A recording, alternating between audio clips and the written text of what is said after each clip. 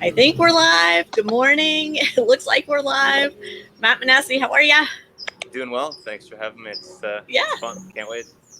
Thanks for doing this today. I put the call out, I guess, yesterday to ask for parents whose kids are back out on the courts to come on and talk about what's happening, what they're seeing, and didn't get any response. So I don't know what that's about, because I know people are out playing. And listen, I'm not here to try and shame anybody or make anybody feel weird about it. I just am curious to know what people's experiences are. So let me just throw out really quickly for those of you watching, if you'd like to comment on the live stream, we'll see it and we can answer questions that you have, or share your comments if you'd like us to. So feel free to type those in. So Matt, first of all, where are you physically these days? Physically, I'm in Erie, Pennsylvania. What? Okay. Yeah, I grew up in here, in Erie, until I was 14, and then I went down to Florida. So I'm in my childhood home. My parents are in Florida right now. Yeah, it's been on. I love coming home. I love the people here. I have a lot of friends from middle school still that are in town, and my coaches from when I was younger. Kelly Irvin, she's actually in South Carolina at the moment, but Andy Finley and a lot of other tennis people are back here. So I love being here.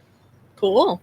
Yeah. And so what are you up to? So last time I saw you was back in the fall. Yeah. Was it the fall? I saw you. We're in May right now, so I saw you in February. February. Or the end of January, whenever that was. Yeah. January. Yeah. In Newport with Shelby. Yeah. And shortly after that, y'all took a break from your coach-player relationship, and you were back in Florida for a while, I think, right? No, so we went after Newport, went to Midland. She won that. So we worked together from mid-December with like 2 weeks of preseason through when Indian Wells got canceled. Yeah. And then I went to Florida for about 3 hours, and my mom was concerned that I had corona. Because of your travel? For my travel, and I got an email from Orange Theory in Palm Springs that said that someone in the studio had coronavirus. And y'all had worked out there? Yeah, I'd worked out there every day. So she was nervous. So I came home. She's like, "You can't pet the dog. We're sending you to Erie." So I've been here alone since I think March 11th. Were you tested ever? No, but I'd never had symptoms. I don't. Orange Theory actually retracted that email and said that the person that was in the studio didn't have it. They were just around someone that might have had it, and yada yada yada. Gotcha. But you're in the demographic that even if you do get it, the chances are you're going to be asymptomatic or have mild symptoms, but that still means you can pass it on to somebody else. So, so you and I were talking before we went live, and you were asking if I had the ability to play tennis here. I'm in Southern California.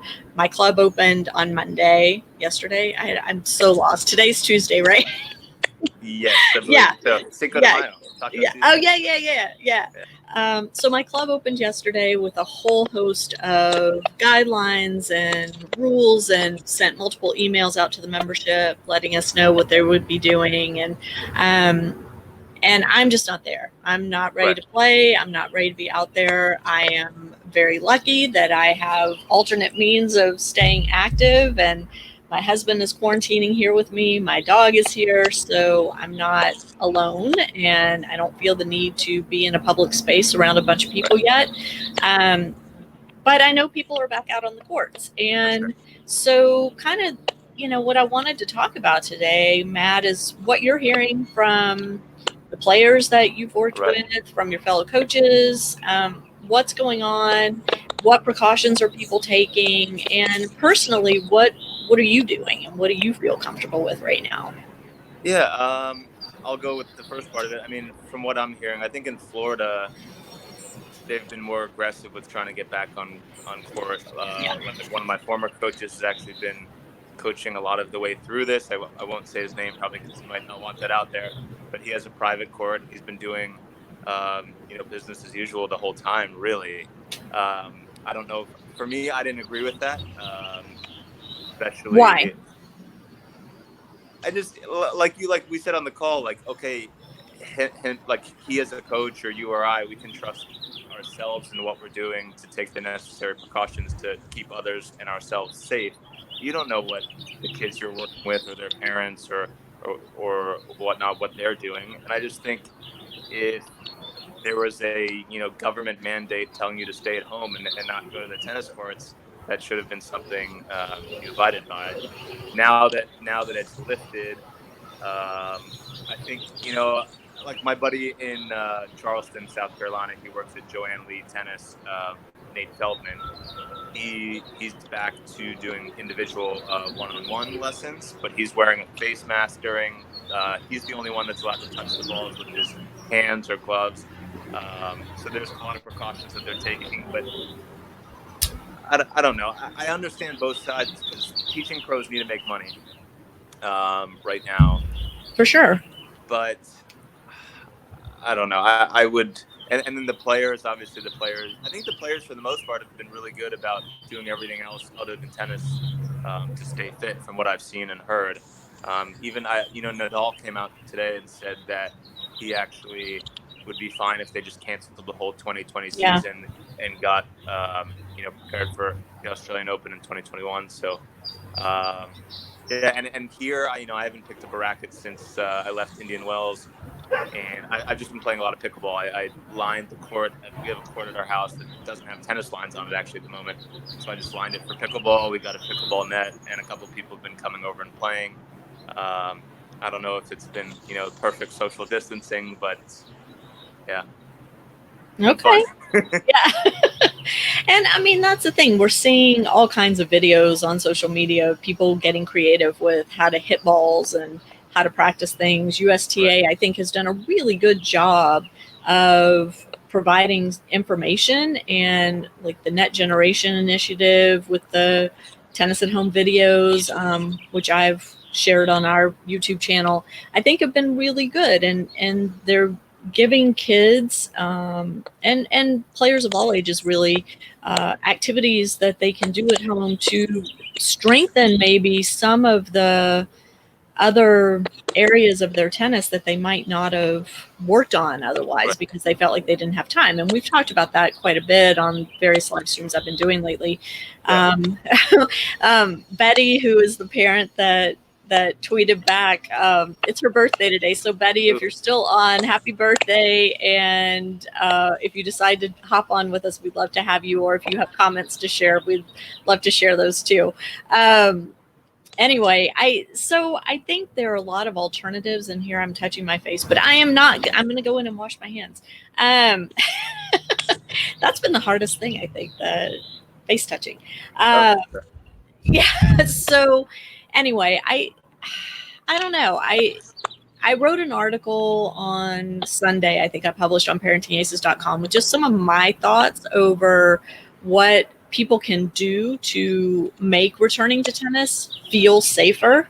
Whether or Right. not it's actually safer, we don't know. And I'm not a doctor and I'm not a scientist.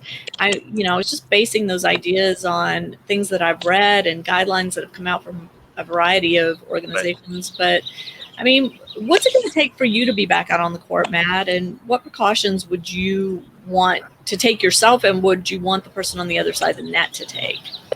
I mean, I think it really depends on what part of the country you're in too. I mean, being in Erie, Pennsylvania, I would have no problem basically being on the court right now. I think like with pickleball, it's really no different.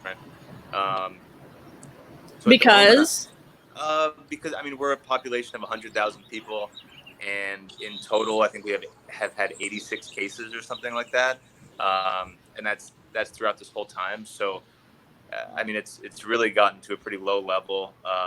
I know Pennsylvania's declared it like we're in the yellow zone, so now things are going to start opening up again on like May 8th, a little bit more. I mean, I'm still taking the precautions in every other aspect of life in terms of like we have to wear the face mask when we go to the grocery store. That's the only time I've been going out at all is to go to the grocery store. So other than a couple close people who I hopefully trust they're doing the same thing coming over to play pickleball. That's all that my interaction is with the outside world at the moment. Yeah.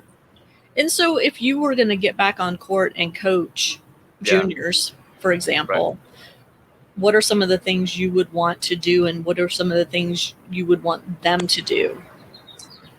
I mean, obviously, everyone has to wash their hands before they get on the court.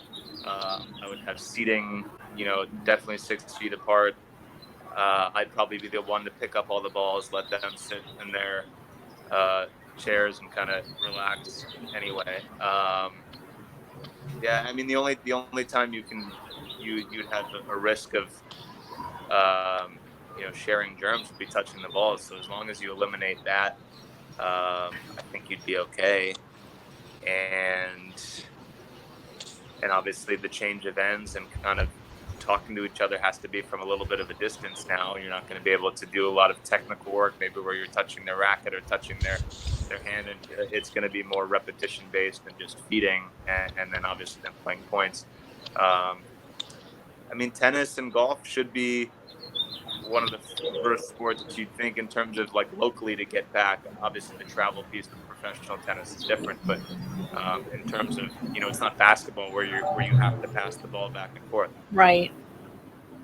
And we saw Pam Shriver posted a video on Twitter a few days ago, which I thought was really good, where she was showing how you could handle a tennis ball on the court and not touch it with your hands. And even things like, pulling the ball up with your foot, letting it bounce, and then hitting it, and that's your serve. Right. So we just modify how we get the points started and then play. And, I thought that all made perfect sense. Again, I'm not there yet, but I understand how people are utilizing some of these ideas to get out on the court and feel comfortable. Doubles for me, nah. But singles, I don't know. And I think to your point as well that you made earlier, before we got on the call, was that you have plenty of other ways to stay fit and stay active, and you've been creative in that, whether it be just walking around your neighborhood or whatever it may be. And I think, being here alone in Erie, that's something that I've had to do, whether I've gone on 2-mile runs, and, every little bit I do a, 10-second sprint, and I do that for 2 miles. And do different agility things around the neighborhood. And I just think that type of stuff is lost a little bit in today's generation. Because everything has been so personalized, and you hire a fitness coach, you hire a tennis coach, you hire this and that. And I think this time to reset can kind of give kids, like, what, if they really want to get better and they want to stay fit, like, there's a lot you can do on your own. You can do push-ups, you can do pull-ups, you can run around the neighborhood. I mean, there's a lot of things you can do, especially as the weather gets nice, to stay fit, active, and engaged in the sport.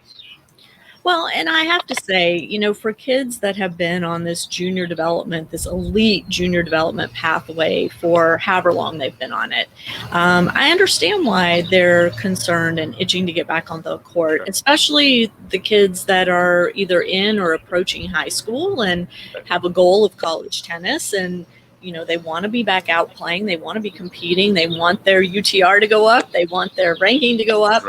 But interestingly, I was on the UTR webinar yesterday with Tim Russell, and he had a panel of coaches from all the different divisions. And one of the things that really jumped out at me from that call was the fact that the college coaches are saying, okay, we get that nobody's out playing, nobody's out competing. So what now is really important is communication between the student athlete or the prospective student athlete and the college coach. Stay in touch. Tell us what you're doing to keep yourself ready to hit the courts once everything's open back up. Tell us what you've been doing, in terms of mental training or fitness training. Tell us what research you've done to let you know that our program might be the right fit for you. And so I thought all of that was really good information, and maybe would take pressure off of the kids and their parents feeling like, oh my gosh, I don't want to lose any ground here. Yeah, no, Former college coach. agree. So what are your thoughts on that? No, I agree completely. I mean, it's not just tennis.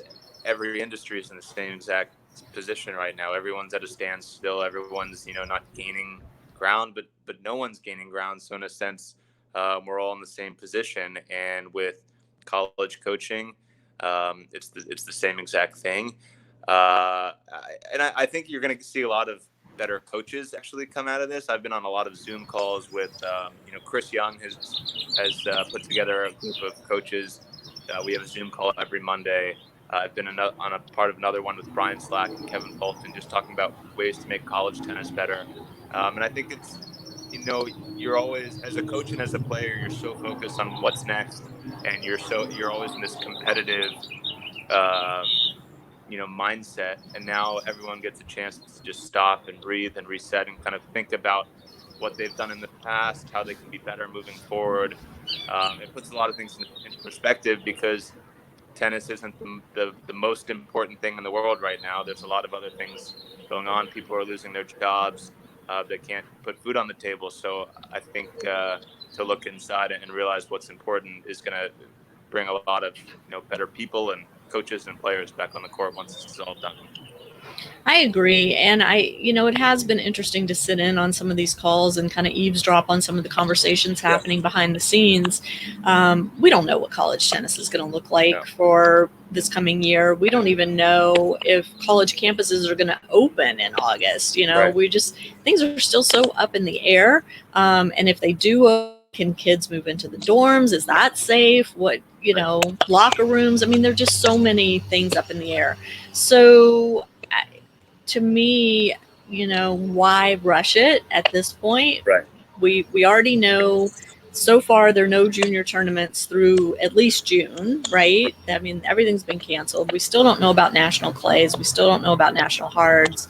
I can't imagine those are happening. I can't. I mean, I can't imagine that they would cancel all the pro events and then still play junior events. Weirder things have happened in our sport. True. I mean, I don't think you'll see, from what I'm hearing, if there's no college football, I don't think you're going to see college tennis either. Right. You're not going to see any college sports at all, potentially for the entire year, just with budgets and all of that, unless you're playing regionally only and all of that stuff. But which there's a lot of talk about that, right? About making the season, so that you can just drive to your opponent, as opposed to having to get on a plane and then you can drive home. So there's no need for hotels. And and same thing with junior play. I mean, we're talking about that in terms of junior play too, which I got to say, I mean, UTR has been pushing this for years. There's no need to hop plane. There's no need to stay in hotels to get competitive tennis matches and improve player. So the stars have aligned for their model, and it'll be interesting to see, how tournament directors respond to that, how USTA, ITF, all the other tennis governing bodies respond. But so when are you going to be back out coaching, do you think? I have no idea, to be honest. I'm not sure. For me, this has been a good reset, just to kind of focus on myself and get back in shape. And I don't know, I've learned how to cook. I've learned how to use the riding lawnmower. As soon as I came home, a lot of things started breaking around the house. So slowly I've learned how to take care of the house a little bit. So that's been fun. And ladies, Matt is single, so I'm just throwing that out there. Yeah, that's true. I need a girlfriend as well, so that would be nice. Well, it sounds like you don't. It sounds like you've learned how to do everything. So that's awesome. Now you're going to make a great boyfriend when the right woman comes along. And now I'm going to have to cook all the time and clean, which is annoying. I don't know. I've been talking to some various people about doing some different things even outside of coaching. Some would keep me in the sport, some wouldn't. Obviously there's some college jobs that might open up as well, but I'm all over the map, and I don't want to jump at anything necessarily. I'm open to a lot of different things. What are you hearing from your coaching peers in terms of staying in coaching versus maybe using this as an opportunity to explore other career options? That is a good question. Most of the people I've spoken to are still, steadfast to staying in tennis. I don't know. I haven't. No one's looking to leave from what I've talked to. Especially all the college coaches. No one's being furloughed. Well, actually, that's not true. I know one that has been, but only till July. I think people are going to stay in the sport. I think people are looking to stay in coaching. I do know. I mean, what have you heard about this ATP WTA merger? Is this actually going to happen, or is it just a lot of talk? I mean, I don't put a whole lot of faith in it at this point because this isn't new, right? Correct. This is Correct. this is just the latest iteration of a conversation that's been happening for decades. Correct. And I personally, I think it would be a win for tennis to have the tours merge. I think, one of the issues that we have marketing our sport is there's too many different messages being bandied about as opposed to all uniting behind one simple, clear message that tennis is a great sport, that, we should all play it, we should all watch it, we should out and support our college team. Yeah. I just feel like it's just like with everything. And I've been saying this, on my personal social media stuff too, with public health. If you don't unite behind one simple, easy to understand message, then your message is useless. And I feel like that's what's been happening in tennis for as long as I can remember. So, I think it would be great if they unite. I just find it hard to believe that the powers that be are going to be able to agree on a set of circumstances that, make them both willing to sign on the dotted line. But hey, who knows? I mean, now would be the time to do it with everyone having. There's no tournament schedule, so they have plenty of time to discuss and figure things out. But I've spoken to people. There's also a guy, Cameron, who works with Wild Sports, Beelander on Wheels, and he wants to make like this coaches collective. So it's like pro tour coaches kind of have not an agent backing them, but kind of an organization that protects them and negotiates their contracts and all that stuff. So that for me, that's after being on tour as a coach, and I know it was a brief stint. It definitely gave me more appreciation of college coaching, because it's a tough lifestyle out there on the road, week to week, never coming home, and it's interesting for sure. Well, and your relationship with your player is very different than coaching a group of juniors or coaching a college team. And just to clarify, you were an assistant coach at Duke. You left that position, went kind of into private coaching for a minute, and then connected with Shelby and went out on tour with her as a coach on the pro tour on the WTA. And so just so those watching know kind of what your path has been, but that's all happened in the last year. I mean, you've had a lot of change in the last year. Yeah, definitely. It was a great experience. I think, it's obviously a different relationship because in college or in juniors, you're kind of in control of what's going on. I'd say more so in college than in juniors. In juniors, the parents are paying you, and potentially, things get dicey when the paycheck's coming from the parents. But in college, you're in control, and the kids come in and they've already had a chance to vet you and decide that's where they want to go, and you're the guy that they want to be coached by. So there's that trust right away on tour. I think it takes a little bit longer to build that, but at the same time, they're in charge, and that, and you want to keep them in a good frame of mind. And it's not just coaching. There's, you're around them 24/7, every single meal together, every practice, fitness sessions, you're dropping rackets off, picking them up. I mean, it's a 24-hour a day job. And that part relationally is definitely more challenging. And it's definitely rewarding too and fun, but it's for sure challenging. Yeah. You decided pretty quickly that wasn't the right space for you to be in right now. Right now, yeah. I mean, it's just I respect the people that love it and do it all year round, but it is hard. I mean, I don't know how people have families and are on the road 35, 40 weeks a year. Yeah. I don't know how that necessarily works for everyone, but it clearly does, and more power to the people. I felt, for me, it was hard. Like my downtime on the road was, I just didn't know how to fill it properly. Like there's so much waiting around. I think You in hung out with college. me some. Yeah, that was fun. Newport was fun. Um, but in college, you have when you have downtime, you have another person to bounce ideas off, and a head coach or assistant coach. You don't have as much downtime because you have 8 players as opposed to one. And when you have downtime, you're recruiting, or you go home, or there's plenty of other things to fill your time. But yeah, the pro tour is definitely tough. Yeah.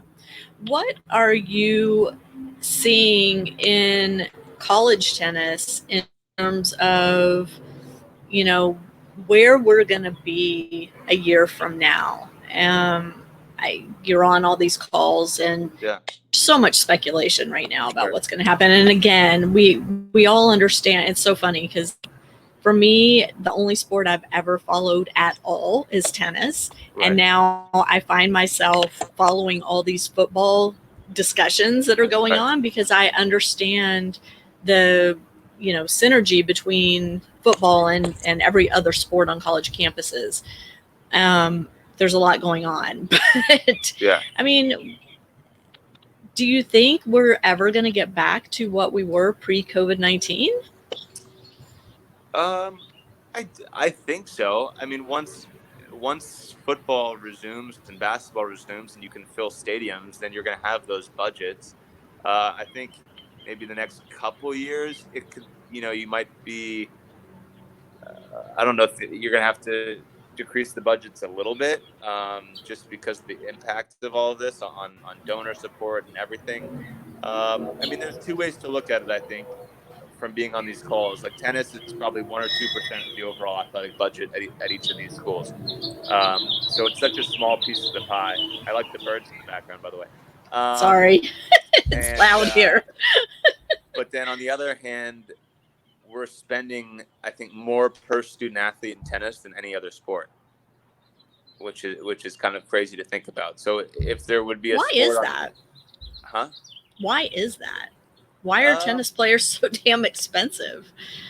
I don't know. I think people are spending way too much. First of all, I think. I mean, I've been a part of now 3 different college programs, and I can see the waste, whether it be travel or where you stay or what you eat or the equipment costs, clothing costs, all of it. I think tennis kids are pretty spoiled, especially in college. They get whatever they want. Um, Not everywhere. Not everywhere, but at the Power 5 level, it's becoming Yes. more and more like that. Yeah. And I mean, I think one of the things we've been talking about a lot of the calls is getting rid of pro tennis and in college tennis is in terms of paying for it.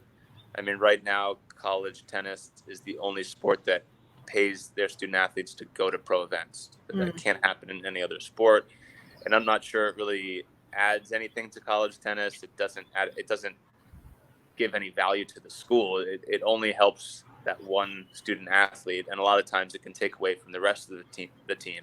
I was going to say, in my mind, it hurts the team because a lot of times the players that are on that professional kind of pathway, they choose to go play pro events rather than staying and supporting their team for team events, even in the fall season where, it's individual play, but you're still playing under the banner of your school. Correct. So it becomes a pretty selfish endeavor going out, and it takes, a lot of times, like for me at Duke, when I traveled with a couple of our players in the fall for pro events, I mean, I was gone probably a total of, a good 3 week chunk out of the fall where I wasn't helping the other 7 or 6 student athletes. So that's a pretty tough ask for a program, both financially and in terms of time commitment. So I think that's something they're definitely looking at now. But I think it will get back to normal. I mean, once football and basketball are back, which you'd hope is maybe in 2021,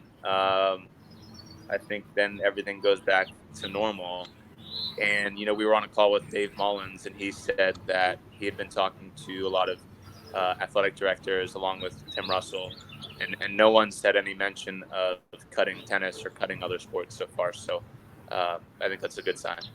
Yeah, I get a newsletter every day from it's for athletic directors, but it's really interesting to read because, again, for someone who has never followed any sport other than tennis, I'm now learning about all these other collegiate sports and how they're managed and funded and all this stuff. And so far in that newsletter, I've seen very few sports cut at all. And in fact, some schools are adding sports right now, which I found really interesting, and adding non-revenue sports. Right.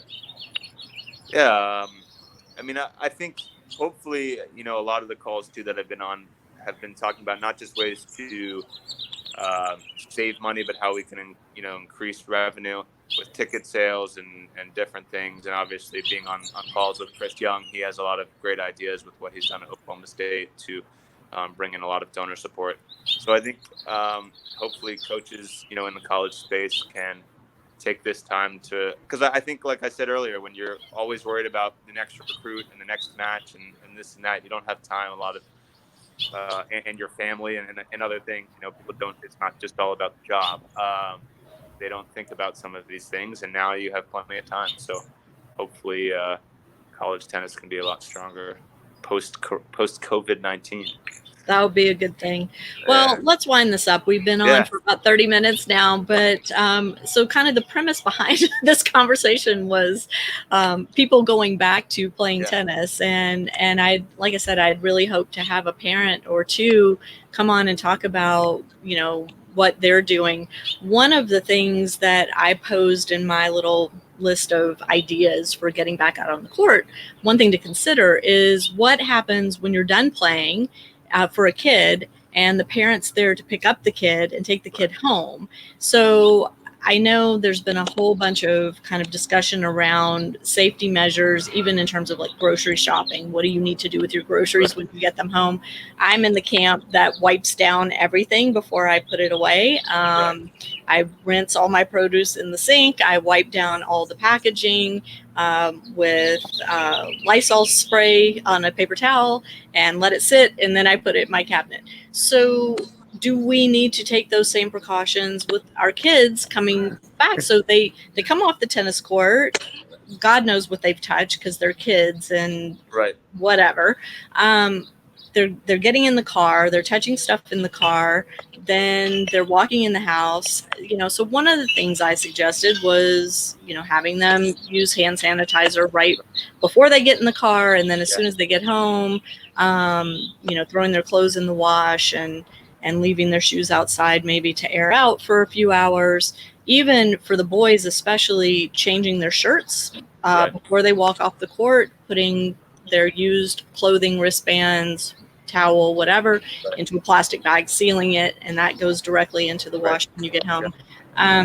Anything else you can think of that, or am I being crazy and just this? I mean, I think it's going to be, no, I don't think you're crazy. I think it's what each person's comfortable with. I've, speaking to one of my best friends in Charleston, and Nate Feldman, I mean, he says there's so many parents and kids that want to get back on the court. I mean, they're overbooked in terms of what they're allowed to do because they can't do group lessons.